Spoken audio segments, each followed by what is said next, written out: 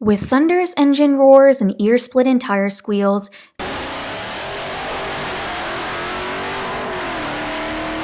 drag racing literally screams manliness. Yet, it is arguably the only mainstream sport where women compete head-to-head with men and hold more of their own. Because I'm so short, I actually have my own step stool to help me get in and out the car. Just shy of 27, Taylar Savaski has been behind the wheel of race cars for half her life. Racing is a family sport. Taylar's race team is her family. Her dad, Terry, is the crew chief, with her mom, Mona, being the manager and in charge of hospitality. When I turned 12, they brought me to my first drag race. And I was like, oh, this is cool. I didn't know this existed. Taylar saw kids her own age climbing out of the race cars. Then she realized one of the drivers was a girl. When they got out of the cars, it was now a good friend of mine. She took her helmet off and her hair fell out. And I was like, wait a minute, they let girls do this. I looked at my dad, I'm like, Dad, I'm a kid and I'm a girl, I can do this. 6 months later, Terry scraped together enough money to buy her a used dragster, and by age 13, she was driving in her first race. For Easter, we went to a big Easter party and so forth, and she was still talking about it, are you going to let me race? And she's telling everybody at the party, they might let me get a car, they might let me race, you know. So anyway, we talked about it and said, you know what, she seems to be serious. So a friend of mine had one, and we put her in it, and she just, like it was natural, you know, she just liked it. But just like Taylar, Terry and Mona had to learn the ropes of drag racing.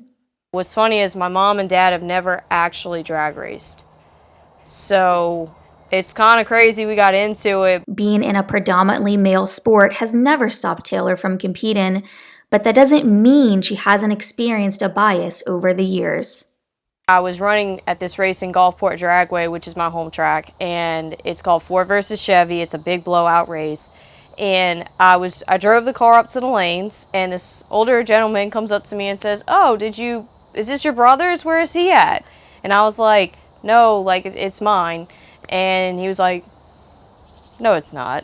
I don't think it really matters in this, you know, because the car is the car, and you got to go up there and you got to run your race. But for the guys who have known Taylar since she was 13, they treat her with nothing but love and respect. It's funny, a lot of them have this kind of instinct to take me, they want to like take me under their wing, and they look at me like I'm their daughter. Going through Taylar's journey as a family has made them closer than ever. My mom and dad are my best friend. I will admit that happily. I consider myself really lucky that I've had my daughter with me through all of her teen years, you know. Might be a little selfish, but you know what? Above all, Taylar says racing is her therapy. It is like the best escape. Like, everybody's got their own escape, and mine is to go to the racetrack, take my watch, take my phone, leave it in the trailer. The drag racer believes she was meant to do this her entire life. It's such a part of my life that I'm like, I don't know who I would be without it. Like, who would I be? What would I be doing? I'm like, I can't imagine doing anything else. The first time she got into a car, you know, to now, it's never been a question of, do I still want to do this? There are not enough words to describe the joy Taylar brings in her dad's life. We're very thankful, you know, for the daughter that we have. Taylar hopes young girls continue to race and to not let anyone tell you what you can and cannot do. Put your heart into it, try your best, and girls kick butt.